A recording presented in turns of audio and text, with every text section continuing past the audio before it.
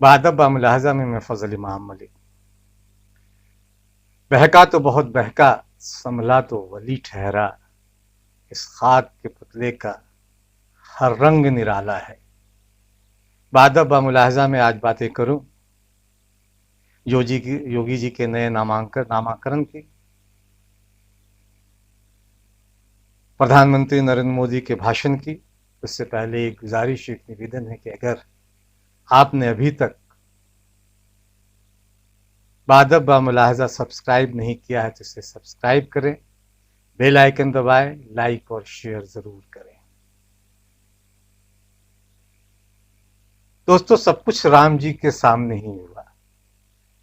सत्ता में आए या मुख्यमंत्री बनने के बाद योगी आदित्यनाथ ने तो शहरों के नाम बदले, रंगों की बाजीगरी भी खूब दिखाई, लेकिन यह सब राम जी के सानिध्य में नहीं हुआ।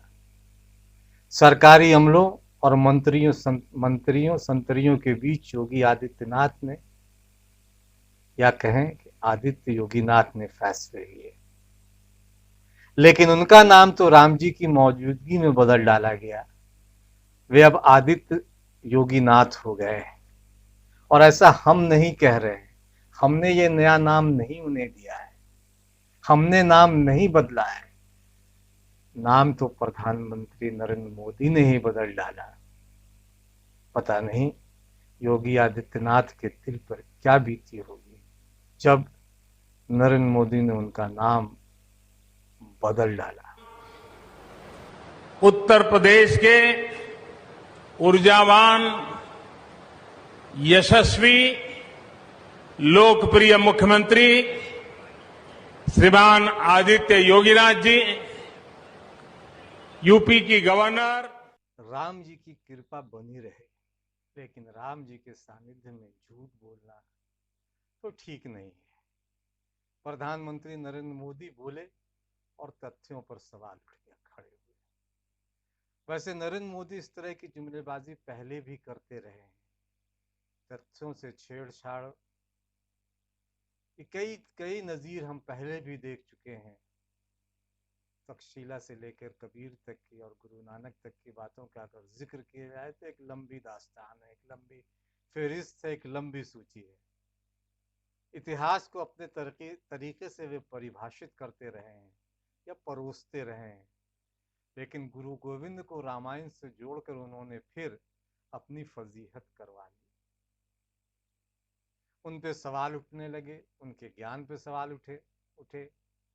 मोदी जी ने अयोध्या में कहा कि गुरु गोविंद सिंह ने खुद गोविंद रामायण लिखी है। जाहिर है कि इसके बाद एक नई बहस शुरू हो गई और नरेंद्र मोदी के ज्ञान और सामान्य ज्ञान पर सवाल उठने लाजमी थे, उठे भी। और सोशल मीडिया पर इस पर अभी भी लगातार बहसें हो रही हैं। जितना संभव हो सका गूगल में ढूंढा, स्थानीय गुरुद्वारों के ग्रंथी जी से भी बातचीत की, उनसे पूछा, अपनी जिज्ञासा उनके सामने रखा, पढ़े लिखे मित्रों से पूछा। कहीं से पता नहीं चल पाया कि यह गोविंद रामायण कहाँ मिलेगी, है भी कि नहीं, लिखी भी गई है या कि नहीं। कोरोना के कारण तो लाइब्रेरी बंद है, इसलिए वहां तो उसे तलाश ही नहीं सकते। वैसे अगर आप में से किसी को इस बारे में कुछ पता हो तो बताएं, पाठकों को, मेरे श्रोताओं को भी बताएं। सचमुच देश आभारी रहेगा, क्योंकि ये नया इंडिया है और एक राम राज्य में हम तमाम लोग प्रवेश कर चुके हैं। गुरु गोविंद सिंह जी ने श्री राम के बारे में कई जगह लिखा है, कई बार जगह उनका उल्लेख किया है, पर कोई रामायण भी लिखी, यह जानना बहुत जरूरी है। गोविंद रामायण नाम की कोई पुस्तक नहीं है, लेकिन कुछ गुरुद्वारों में गोविंद रामायण नाम से पाठ, जिसे जप भी कहते हैं, होता है, जिसमें दशम ग्रंथ के अंश पढ़े जाते हैं। अमेरिका के एक सिख संगठन ने रामायण ऑफ गुरु गोविंद सिंह जी के नाम से एक पुस्तक प्रकाशित की है।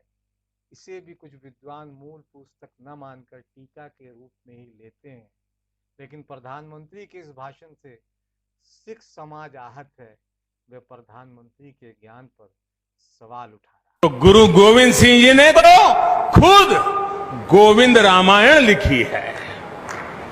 अलग अलग रामायणों में, तो गुरु गोविंद सिंह जी ने तो खुद गोविंद रामायण लिखी है। ਇਹ ਕੀ ਬੋਲ ਰਿਹਾ ਹੈ ਮੁਲਕ ਦਾ ਪ੍ਰਧਾਨ ਮੰਤਰੀ ਕਿ ਗੁਰੂ ਗੋਬਿੰਦ ਸਿੰਘ ਜੀ ਨੇ ਕੋਈ ਗੋਬਿੰਦ ਰਾਮਾਇਣ ਲਿਖੀ ਸੀ। ਇਤਿਹਾਸ ਬਾਰੇ ਝੂਠ ਦੇ ਪੁਲੰਦੇ ਘੜਨ ਵਿੱਚ ਮਾਹਿਰ ਪ੍ਰਧਾਨ ਮੰਤਰੀ ਨਰਿੰਦਰ ਮੋਦੀ ਇੱਥੇ ਤਾਂ ਹੱਦ ਹੀ ਕਰ ਗਏ। ਉਹ ਗੁਰੂ ਗੋਬਿੰਦ ਸਿੰਘ ਨੂੰ ਰਾਮ ਭਗਤ ਸਾਬਤ ਕਰਨ ਲਈ ਇਸ ਹੱਦ ਤੱਕ ਚਲੇ ਗਏ ਕਿ ਇੱਕ ਧਰਮ ਨਿਰਪੱਖ ਕਹਾਉਂਦੇ ਮੁਲਕ ਵਿੱਚ ਕਿਸੇ ਹੋਰ ਧਰਮ ਦੇ ਗੁਰੂ ਸਾਹਿਬਾਨ ਬਾਰੇ ਇੱਕ ਪ੍ਰਧਾਨ ਮੰਤਰੀ ਵੱਲੋਂ ਇਸ ਤਰ੍ਹਾਂ ਨਿਰ ਆਧਾਰ ਤੱਥਾਂ ਉੱਪਰ ਕੀਤੀ ਬਿਆਨਬਾਜ਼ੀ ਤਰਕਸੰਗਤ ਹੈ। ਇਹ ਸਿੱਖ ਧਰਮ ਦੇ ਨਿਆਰੇਪਣ ਉੱਪਰ ਸਿੱਧਾ ਹਮਲਾ ਹੈ ਅਤੇ ਸਿੱਖ ਧਰਮ ਨੂੰ ਹਿੰਦੂ ਧਰਮ ਦੀ ਸਾਖਾ ਸਾਬਤ ਕਰਨ ਤੇ ਉਤਾਰੂ ਆਰਐਸਐਸ ਵਰਗੀਆਂ ਕੱਟੜ ਤਾਕਤਾਂ ਦੀ ਭਾਸ਼ਾ ਮੁਲਕ ਦਾ ਪ੍ਰਧਾਨ ਮੰਤਰੀ ਵੀ ਬੋਲ ਰਿਹਾ ਹੈ। तो गुरु गोविंद सिंह जी ने तो खुद गोविंद रामायण लिखी है।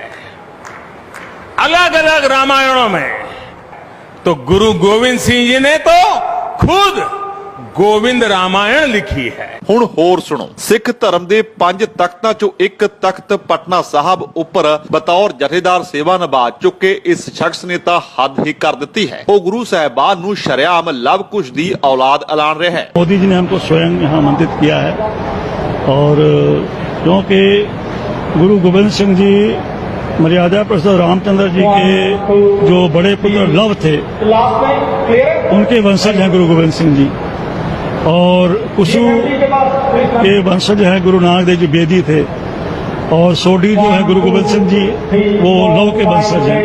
तो हमारे तो पूर्वज थे, तो अपने पूर्वज मर्यादा रामचंद्र जी के जो जन्मभूमि है वहाँ का जो भूमि पूजन हो रहा है और वहाँ का नींव रखा जा रहा है, भव्य मंदिर जो कि पूरी दुनिया में हिंदुस्तान की एक अलग शान होगी।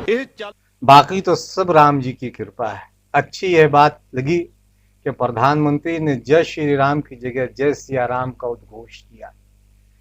सालों से सीता जी पराई हो गई थी, क्योंकि हम तमाम लोग बिहार के रहने वाले हैं और सीता जी बिहार की थी, इसलिए ये पीड़ा थी हमारी कि राम भक्तों ने राम का तो जयकारा लगाया लेकिन सीता जी को कहीं छोड़ दिया। इसलिए ये पीड़ा हम तमाम बिहार के लोगों की थी, लेकिन कम से कम अब प्रधानमंत्री ने जय सिया राम का उद्घोष कर सीता जी को उनकी जगह पर स्थापित किया। अब फिर से दोनों को मिलाने की कोशिश की है उन्होंने।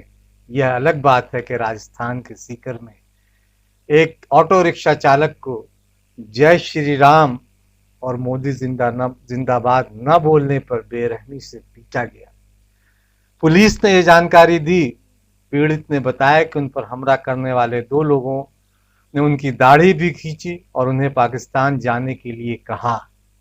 पुलिस ने दोनों हमलावरों को गिरफ्तार कर लिया है।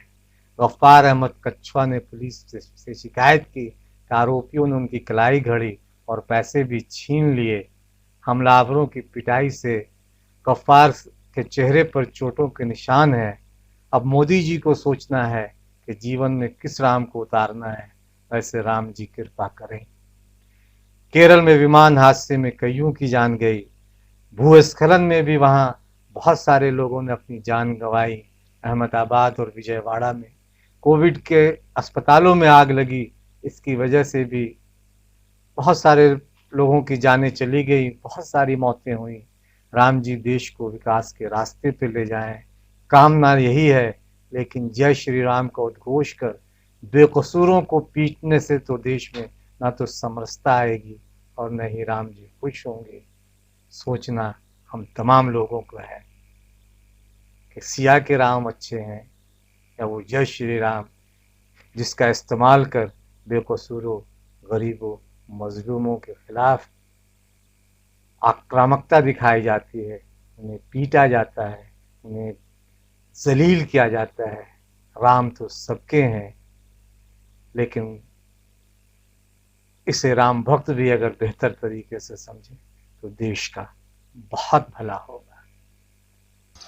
आज मैं तो सुबह टैक्सी काटी थी, स्टेशन पर लेकर जाऊँ। सुबह 4 बजे मैंने सवारी मिली, जगह छोटी जिगर की सवारी मिली। जब मैं मन के 2 जेंट्स एक लेडीज ने छोटी जिगर छोड़ के वापस रिटर्न आ रही हो, तो रास्ते में मन के कोई पिकअप में बैठे जो वो मैंने रोकियो, हाथ दिखाया जो मैं रुको। तो वो बोला मेरा सुन खावा। तो दूसरो आके मन्ना बोला कि मोदी जिंदाबाद बोल और थप्पड़ मार दियो। जो बोला जय श्री राम बोल के बोले वो बोल। जब मतलब मेरा ऑटो रिक्शा लेके वन के स्टार्ट करे स्पीड में वन निकल गो। बिका बाद में वन के जो अपना जो गोदाम है ना अनाज गोदाम बिस आगे आके मना वन मेरा आगे लगा ली गाड़ी।